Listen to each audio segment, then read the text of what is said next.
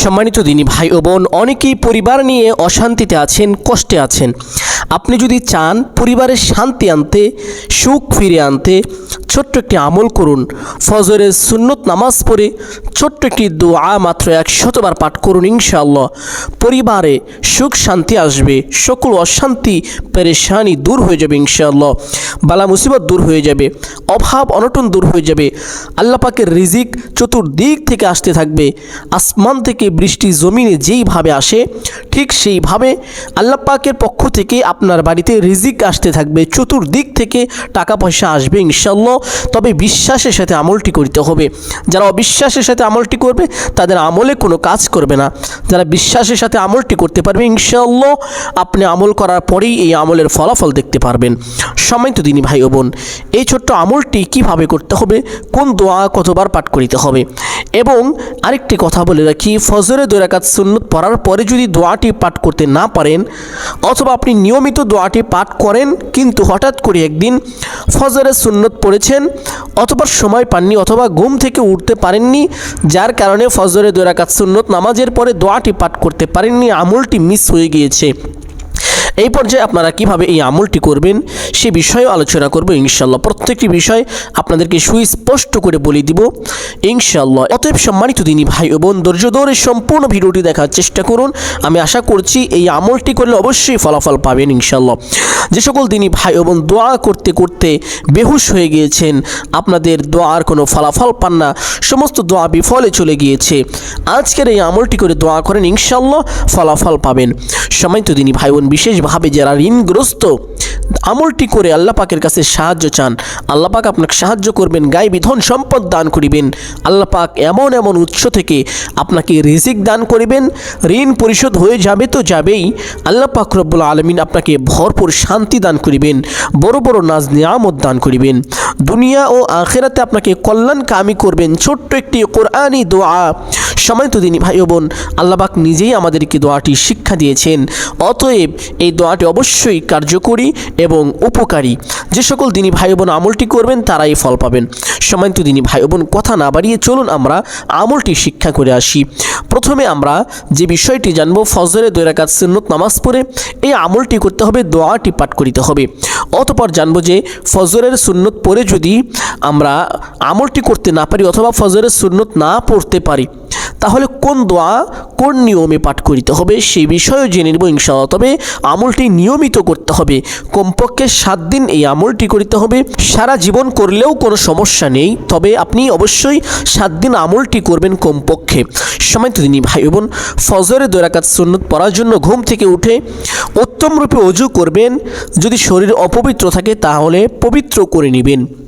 ওযু করার পরে ছোট্ট একটি দোয়া পাঠ করিতে হবে। ওযুর শুরুতে একটি দোয়া পাঠ করিতে হবে। ওযুর শুরুতে একটি দোয়া না পাঠ করিলে ওযু হয় না, এবং ওযুর নিয়ত না করিলেও ওযু হয় না। সুস্পষ্ট কথা, আমরা অনেকেই জানি না, শুধু হাত মুখ ধুই আর মনে করি ওযু হয়ে গিয়েছে। সম্মানিত দিনী ভাই বোন, ভালো করে শুনে রাখুন, ওযুর নিয়ত না করা হলে সে ওযু পরিপূর্ণ হয় না, ওযুই হয় না, বাতিল হয়ে যায়। আর ওযুর শুরুতে একটি দোয়া না পড়লে হাদিসে পাওয়া যায় ওযু হয় না। অতএব আমাদেরকে এই সকল বিষয় জেনে নেওয়া উচিত, কারণ এই সমস্ত বিষয় আমরা অধিকাংশ মানুষই জানি না। এমনকি ধরতে গেলে 95% মানুষই এই সমস্ত বিষয়গুলো জানি না, যার কারণে আমরা ভুল ওযু করি আর ভুল ওযু দিয়ে আমল করি। তাহলে বলুন এই আমল দিয়ে কী লাভ হবে যদি আমাদের ওযুই না হয়? ওযু না হলে নামাজ হবে না, নামাজ না হলে তো আমল হবে না। অতএব আমাদের কি এই দুইটি বিষয় সুস্পষ্ট করে জেনে নেওয়া আবশ্যক। সম্মানিত দিনী ভাই বোন, ধৈর্য ধরে বিষয়গুলো জেনে নেবেন, অতঃপর আমলটি শুরু করবেন। ওযুর শুরুতে নিয়ত করিতে হবে, নিয়ত না করিলে ওযু হয় না। এখন নিয়তটি কিভাবে করিবেন?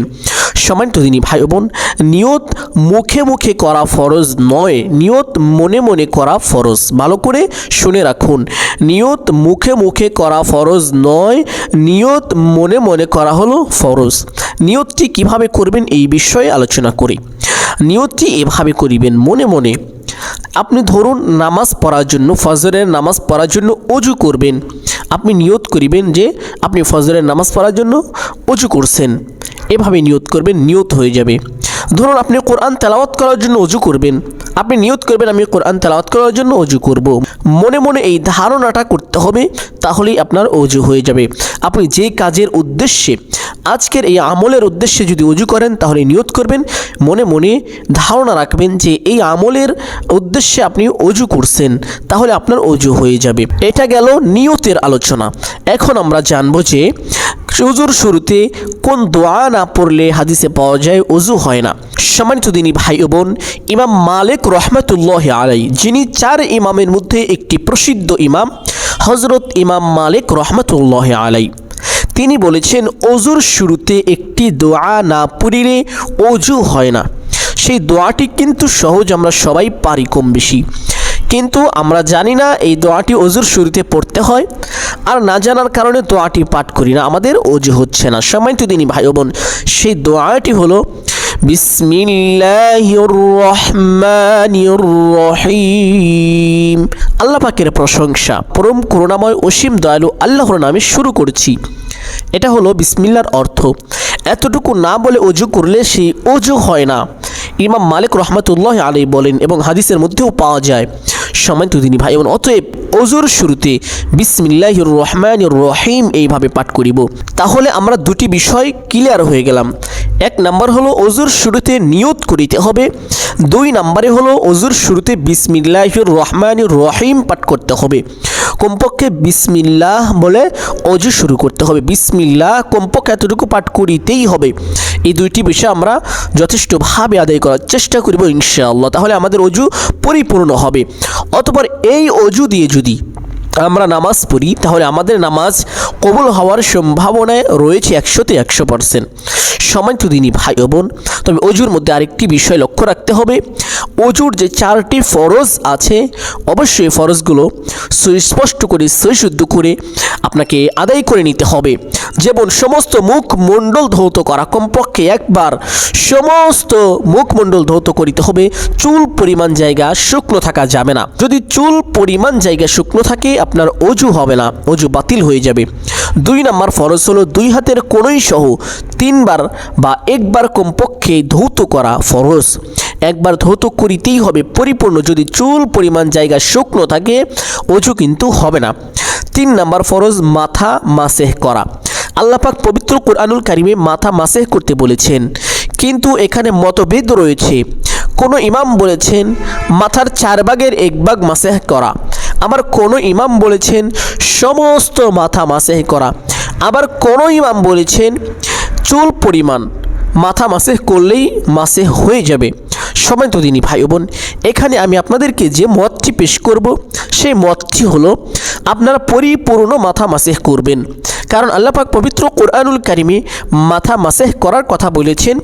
এখানে বান্দার ইখতিয়ার রয়েছে। আল্লাহ পাক চাইলে সেখানেই সুস্পষ্ট করে সরাসরি বলে দিতে পারতেন সমস্ত মাথা মাসেহ করো। আল্লাহ পাক মাথা মাসেহ করতে বলেছেন, যেহেতু আল্লাহ পাক মাথা মাসেহ করতে বলেছেন, সেখানে যদি পরিপূর্ণ মাথা মাসেহ করি, অবশ্যই এখানে সব বেশি হবে এবং অল্প মাসেহ করলে সব কম হবে। অবশ্যই এটা মেনে নিতে হবে, বিশ্বাস করতে হবে। যদিও এই বিষয় নিয়ে আগে কেউ কোনো কথা বলেনি, আমি বললাম ইনশাআল্লাহ আপনারা মেনে চলতে পারেন যদি, অবশ্যই কাল কিয়ামতের ময়দানে যখন আপনাকে দাঁড় করানো হবে, তখন দেখতে পাবেন ইনশাআল্লাহ এর ফজিলত কত বেশি। সম্মানিত দিনী ভাই বোন, যাই হোক, আপনারা এভাবে অজুটি পরিপূর্ণ করবেন। 4 নম্বর অজুর যে ফরজটি হলো 2 পায়ের টাকটু সহ 1 বার কমপক্ষে পরিপূর্ণ ধৌত করা। চুল পরিমাণ শুকনো থাকলে অজু হবে না। এই 4টি জায়গা আপনাকে সুন্দর করে ধৌত করতে হবে, ভালো করে ধৌত করতে হবে। ধৌত করার পরে যখন অজু পরিপূর্ণ হয়ে যাবে, তখন আকাশের দিকে, আসমানের দিকে একটি শাহাদাত আঙ্গুল এভাবে রাখবেন। আপনার ডান হাতের শাহাদাত আঙ্গুলটি আসমানের দিকে ঠিক এভাবে সোজা করে রাখবেন, রেখে একটি দোয়া পাঠ করিবেন। দোয়াটি সকলে আমার সঙ্গে সঙ্গে পড়ুন। আশহাদু আল্লা ইলাহা ইল্লাল্লাহু ওয়াহদাহু লা শারীকা লাহ ওয়া আশহাদু আন্না মুহাম্মাদান আবদুহু ওয়া রাসূলুহু। এই কালিমা পড়লে কি হবে? এই দোয়া আসমানের দিকে আঙ্গুল রেখে অজু করার পরে পড়লে কি ফজিলত? সম্মানিত দিনী ভাই ও বোন, আগেই শুকরিয়া আদায় করি আলহামদুলিল্লাহ। এই ছোট্ট কালিমাটি যদি আসমানের দিকে আঙ্গুল রেখে, শাহাদাত আঙ্গুল আসমানের দিকে রেখে কালিমায়ে শাহাদাত এই ছোট্ট কালিমাটি যদি পড়া যায়, আল্লাহ পাক রব্বুল আলামিন ওই বান্দার জন্য জান্নাতের 8টি দরজা খুলে দেন। সুবহানাল্লাহ সুবহানাল্লাহ। সম্মানিত দিনী ভাই বোন, আমরা সব সময় যখনই অজু করব, অজুর পরে আসমানের দিকে শাহাদাত আঙ্গুলটা এভাবে রেখে এই কালিমাটি পড়ে নিব। এই কালিমাটি পড়ার পরে আমরা মসজিদে বা ঘরে যেখানে নামাজ আদায় করব সেই স্থানে প্রবেশ করব, অথবা মুসল্লার উপরে দাঁড়াবো, দাঁড়িয়ে নামাজটি পড়ব। ফজরের 2 রাকাত সুন্নত নামাজ পড়ব। নামাজের মধ্যে কোন দোয়া পাঠ করতে হয় আপনারা তো সবই জানেন, কিভাবে নামাজ পড়িতে হয়। যারা জানেন না তারা নামাজটি শিখে নেবেন, অনেক ভিডিওর মধ্যে দেওয়া আছে, আপনারা সেইখান থেকে চাইলে নামাজটি আগে শিক্ষা করে নেবেন। অতঃপর এই 2 রাকাত সুন্নত নামাজ পড়বেন। এই 2 রাকাত সুন্নত নামাজ কেন পড়বেন? সম্মানিত দিনী ভাই ও বোন আমার, আল্লাহর পেয়ারা হাবিব সাল্লাল্লাহু আলাইহি ওয়াসাল্লাম আমাদেরকে জানিয়ে দিয়েছেন, পৃথিবী ও পৃথিবীর মধ্যে যাহা কিছু রয়েছে সমস্ত কিছুর চাইতে ফজরের 2 রাকাত বেশি উত্তম, বেশি ফজিলতপূর্ণ, বেশি সম্মানিত। অতএব এই 2 রাকাত ফজরের সুন্নত নামাজ পড়বেন, অত্যন্ত দামি একটি নামাজ। এই নামাজ পড়ার পরে কোনো আমল করিলে সেই আমল ফিরিয়ে দেওয়া হয় না, সেই আমলকে কবুল করে নেওয়া হয়। অতএব আমরা এই 2 রাকাত সুন্নত নামাজের পরেই আমলটি করব। যদি যথাক্রমে না করিতে পারি তাহলে ফজরের 2 রাকাত সুন্নত নামাজ পড়ার পরে আমরা ফরজ নামাজ পড়িব। ফরজ নামাজ পড়ে অতঃপর আমলটি করা যাবে। ফরজ নামাজের পরে কোন দোয়া পাঠ করিতে হবে, কিভাবে পাঠ করতে হবে, সেই বিষয়গুলোও বলে দেব ইনশাআল্লাহ। তো এখন আমরা জানবো 2 রাকাত সুন্নত নামাজ আমরা পড়া শেষ করলাম, শেষ করার পরে কোন দোয়া কিভাবে পাঠ করিতে হবে। সম্মানিত দিনী ভাই ও বোন, ফজরের 2 রাকাত সুন্নত নামাজ শেষ করার পরে সেই স্থানেই বসবেন, বসে দুরুদ পাঠ করিবেন। কোন দুরুদ পাঠ করিবেন? দুরুদে ইব্রাহিম পাঠ করিতে হবে। সকলে আমার সঙ্গে সঙ্গে এই দুরুদটি একবার পড়ুন। আল্লাহুম্মা সাল্লি আলা মুহাম্মাদ ওয়া আলা আলি মুহাম্মাদ কামা সাল্লাইতা আলা ইব্রাহিম ওয়া আলা আলি ইব্রাহিম ইন্নাকা হামিদুম মাজিদ। আল্লাহুম্মা বারিক আলা মুহাম্মাদ ওয়া আলা আলি মুহাম্মাদ কামা বারাকতা আলা ইব্রাহিম ওয়া আলা আলি ইব্রাহিম ইন্নাকা হামিদুম মাজিদ। এই দুরূদটি পাঠ করিবেন। এই দুরূদটি পাঠ করার পরে একটি ইস্তিগফার পাঠ করিবেন, ছোট্ট একটি ইস্তিগফার। আস্তাগফিরুল্লাহ ওয়া আতুবু ইলাইহি, আস্তাগফিরুল্লাহ ওয়া আতুবু ইলাইহি। ইস্তিগফার কতবার পাঠ করিবেন এবং দুরূদ কতবার পাঠ করিবেন? সম্মানিত দিনী ভাই বোন, আমরা যে দুরূদটি পাঠ করলাম দুরুদে ইব্রাহিম, দুরুদে ইব্রাহিম যদি পারেন 100 বার পাঠ করিবেন। যদি না পারেন, সম্ভব না হয় আপনার সময়ে, তাহলে আপনি 3 বার এই দুরূদটি পাঠ করিবেন। দুরুদে ইব্রাহিম 3 বার, 100 বার না পারলে 3 বার দুরুদে ইব্রাহিম পাঠ করিবেন। ইস্তিগফারটি কমপক্ষে 100 বার পাঠ করার চেষ্টা করিবেন। যদি সময় সম্ভব না হয় তাহলে 3 বার কমপক্ষে পাঠ করিতেই হবে। এই ইস্তিগফারটি 3 বার পাঠ করিবেন। ইস্তিগফারটি 3 বার পাঠ করার পরে ছোট্ট একটি দোয়া পাঠ করিতে হবে। সকলে আমার সঙ্গে সঙ্গে আল্লাহ পাক রব্বুল আলামিনের শিখানো সেই দোয়াটি পড়ুন, যে দোয়ার মাধ্যমে আল্লাহ পাক রব্বুল আলামিন আমাদেরকে শিক্ষা দিয়েছেন যে এই দোয়ার মধ্যে আল্লাহ পাকের কাছে দুনিয়া ও আখিরাতে কল্যাণ চাও, আল্লাহ পাক তোমাদেরকে দুনিয়া ও আখিরাতে কল্যাণ দান করিবেন। আল্লাহ পাক রব্বুল আলামিন নিজেই আমাদের এই দোয়া শিখিয়ে দিয়েছেন। অতএব আমরা সঠিকভাবে যে নিয়মে বললাম, এই নিয়মে যদি এই আমলটি করিতে পারি, এই দোয়াটি পাঠ করিতে পারি, অবশ্যই মহান আল্লাহ পাক রব্বুল আলামিন তার পবিত্র, তার কথা পবিত্র, তিনি সত্য, তার কথা সত্য। আল্লাহ পাক রব্বুল আলামিন মহাসত্য, সকল সত্যের সত্য। আল্লাহ পাক রব্বুল আলামিন অবশ্যই আমাদের সেই দোয়াকে কবুল করিবেন ইনশাআল্লাহ। এর মধ্যে কোনো সন্দেহ নাই।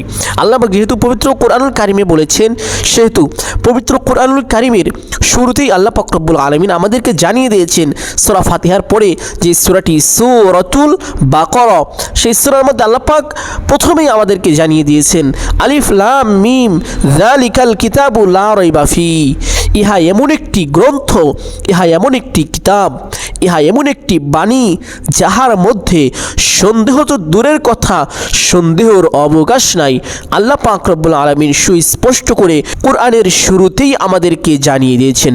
সুবহানাল্লাহ সুবহানাল্লাহ। অতএব সম্মানিত দিনী ভাই ও বোন, এই দোয়াটির আমল যদি আপনারা করেন অবশ্যই ফলাফল পাবেন ইনশাআল্লাহ। সেই দোয়াটি আমরা এখন শিখব। সকলে মনোযোগ দিয়ে দোয়াটি শিক্ষা করি ইনশাআল্লাহ। দোয়াটি হলো ربنا آتنا في الدنيا حسنة وفي الآخرة حسنة وقنا عذاب النار ربنا آتنا في الدنيا حسنة وفي الآخرة حسنة وقنا عذاب النار। শুধু যে দুনিয়া দান করবে বিষয়টি এমন না, আল্লাহ পাক আপনাকে আখিরাতে দান করিবেন। এই দোয়ার মধ্যে বলাই হয়েছে এভাবে, হে আল্লাহ দুনিয়া ও আখিরাতে আমাকে কল্যাণ দান করুন। সম্মানিত দিনী ভাই বোন, এই দোয়া যদি 100 বার পাঠ করেন আল্লাহ পাক রব্বুল আলামিন দুনিয়ায় আপনার জন্য নাজ নিয়ামত রাখবেন এবং আখিরাতেও আপনার জন্য নাজ নিয়ামতের ব্যবস্থা করবেন। সমস্ত প্রকার আযাব ও গজব থেকে আপনাকে হেফাজত করিবেন। দুনিয়ার মধ্যে আপনার বাড়ি ঘর ব্যবসা বাণিজ্য যদি অকল্যাণ থাকে তা দূর হয়ে যাবে, আল্লাহ পাক কল্যাণ দান করিবেন। বিপদ থাকলে তা দূর হয়ে যাবে, আল্লাহ পাক রব্বুল আলামিন আপনাকে স্বস্তি দান করিবেন। সম্মানিত দিনী ভাই বোন, অত্যন্ত সহজ একটি দোয়া, কিন্তু এর কার্যকারিতা অনেক বেশি। বিশেষ করে যারা ঋণগ্রস্ত আছেন, অভাবগ্রস্ত আছেন, এই আমলটি করুন ইনশাআল্লাহ, অবশ্যই আপনি ফলাফল পাবেন। সম্মানিত দিনী ভাই বোন, অতএব এই ছোট্ট দোয়াটি পাঠ করার পরে কোন দোয়া পাঠ করবেন? ছোট্ট দোয়াটি পাঠ করার পরে একটি দুরূদ পাঠ করিতে হবে। সেই দুরূদটি দুরূদ ইব্রাহিম। দুরূদ ইব্রাহিম যদি পারেন 100 বার পাঠ করিবেন, না পারলে কমপক্ষে 3 বার দুরূদটি পাঠ করিবেন। দুরূদ পাঠ করার পরে আল্লাহ পাকের কাছে দোয়া করবেন।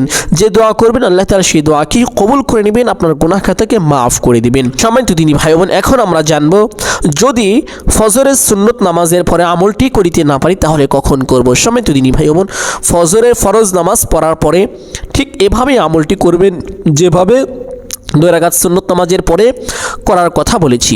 ঠিক এভাবেই ফজরে 2 রাকাত ফরজ নামাজ পড়ার পরে আমলটি করে নেবেন ইনশাআল্লাহ, অবশ্যই আপনি ফলাফল পাবেন। অল্প কয়েকদিন করেন। সম্মানিত দিনী ভাই বোন, আমি আশা করছি আজকের আলোচনাটি আপনাদের জন্য কল্যাণকর ছিল, গুরুত্বপূর্ণ ছিল। অতএব সম্মানিত দিনী ভাই বোন, সকলে সদকায়ে জারিয়ার উদ্দেশ্যে ভিডিওটি শেয়ার করে দিবেন এবং একটি লাইক করে দিবেন এবং চ্যানেলটি সাবস্ক্রাইব করে রাখার চেষ্টা করবেন যেন পরবর্তী আলোচনা আপনারা পেতে পারেন। ধন্যবাদ, ভালো থাকবেন, সুস্থ থাকবেন। আসসালামু আলাইকুম ওয়া রাহমাতুল্লাহি ওয়া বারাকাতুহু।